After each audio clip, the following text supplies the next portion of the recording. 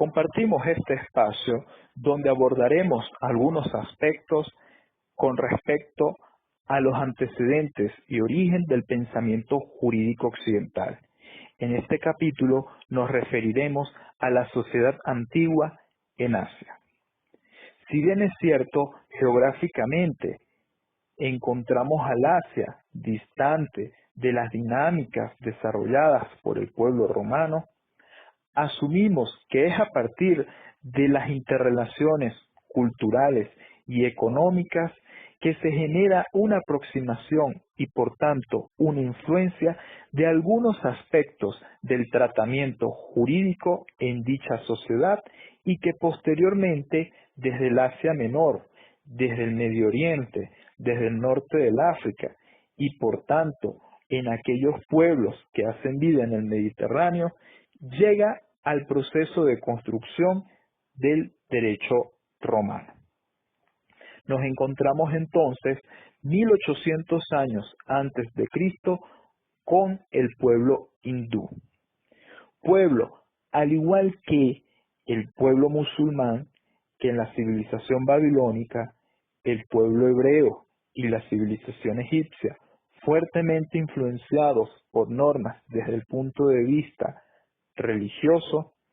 es a partir de un tratamiento de los patrones de conducta desde el punto de vista ético, moral, social, que la organización político-territorial que rige a dicho pueblo comienza a establecer un conjunto de sanciones en caso de la transgresión de dichas normas. Y es allí donde encontramos un proceso de construcción de un conjunto de normas jurídicas determinantes del comportamiento de dicha sociedad. En el pueblo hindú nos encontramos entonces con las leyes de Manu y nos permitimos entonces leer algunas de sus Vedas. Veda número 15 señala que la justicia golpea cuando se le hiere, preserva cuando se le protege. Cuidémonos, en consecuencia, de atentar contra la justicia por temor de que si la herimos nos castigue. Esto nos genera una reflexión en virtud de que la justicia puede ser asumida como el mecanismo de preservación del orden de la sociedad. Pero al mismo tiempo, la justicia, en caso de que sea transgredida las normas establecidas por dicha sociedad, puede generar algunas consecuencias desde el punto de vista sancionatorio. La Veda 281 establece que un hombre de clase inferior que se atreva a colocarse al lado de un hombre que pertenece a la clase más elevada debe ser marcado debajo de la cadera y por tanto desterrado. Allí vemos cómo a partir de las normas religiosas y es a partir de las normas jurídicas se comienza a establecer criterios de clase dentro de esta sociedad. Por tanto, la concesión de algunos derechos, de algunos deberes y de algunas garantías y privilegios le era potestativo a algunas clases sociales, mientras que otras no tenían el reconocimiento de los derechos. Esto permite un derecho clasista que, lamentándolo mucho, fue establecido en el año 1800 antes de Cristo, sin embargo, genera consecuencias graves y las vemos en el pueblo de la India actualmente a partir de la estratificación y de las brechas sociales. La Veda 282 nos señala: si se escupe con insolencia sobre un Brahma, el rey debe hacerle mutilar ambos labios.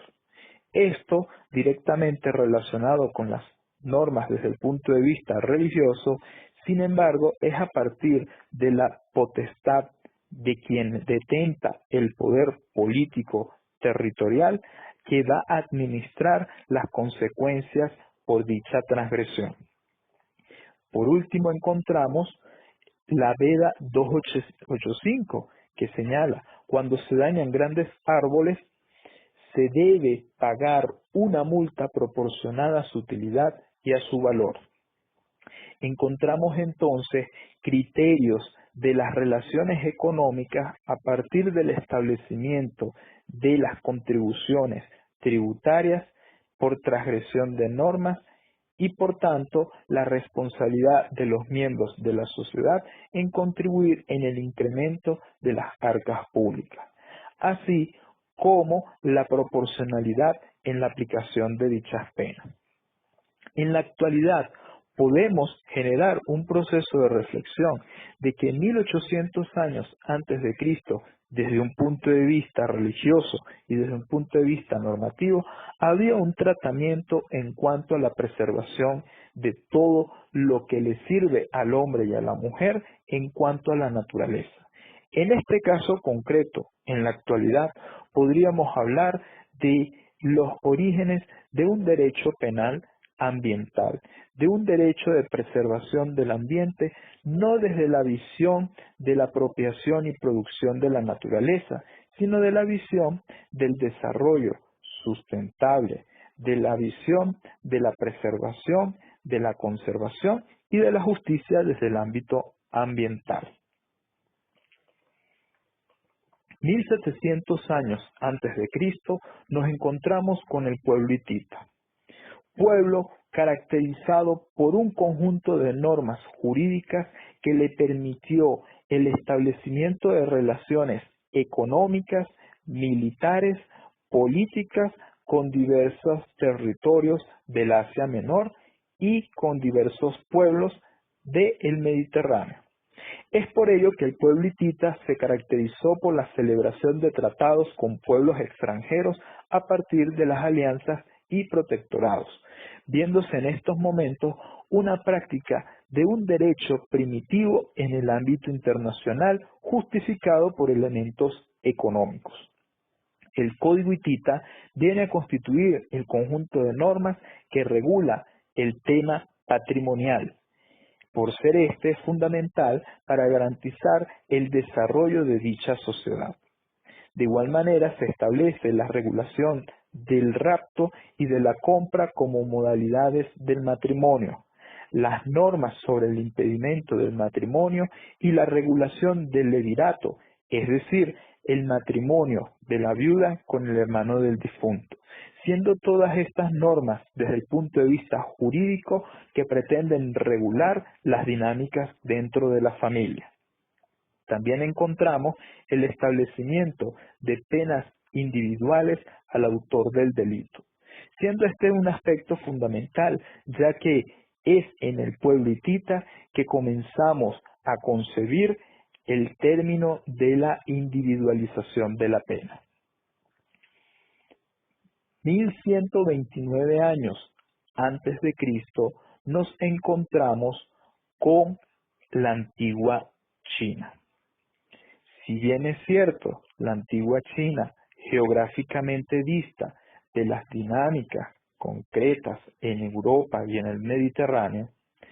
vemos que es a partir de la República y del Imperio Romano, desde las relaciones económicas que desarrolla China con el Asia Menor y por tanto con algunos pueblos ubicados en el contexto del Medio Oriente y del Mediterráneo, que comienza a generarse una aproximación de algunos criterios jurídicos que posiblemente influenciaron en el derecho romano. Y eso lo vemos a partir del criterio de justicia asumido en la antigua China, 1129 años antes de Cristo, con la dinastía Wu, y que curiosamente es coincidente con la definición de justicia en el derecho justinianeo, en el derecho del Imperio Romano. Nos encontramos entonces que para la antigua China la justicia es dar a cada uno lo que conviene y honrar a los sabios debidamente, como consecuencia de que para la sociedad china es importante los ancestros, es importante los miembros de su clan, es importante los miembros de su tribu. La articulación del orden social se desarrolla a partir de una estructuración, no por condiciones económicas, sino por condiciones desde el punto de vista político-territorial. Allí vemos que las estructuras presentes en el orden social de la antigua China están determinadas por la familia, el cantón, la provincia, el reino y el imperio. Existiendo entre los años 479 y 221 a.C., en 14 estados de la antigua China, poco más de 1000 feudos. Esto representa que, para este contexto, mientras Europa estaba concretamente en la sociedad antigua, el Medio Oriente, el Asia Menor y África se encontraba con un modo de producción determinado por el esclavismo en la sociedad antigua, en China ya se estaba desarrollando un feudalismo primitivo. El ejercicio de la justicia es asumido en la antigua China como una función pública,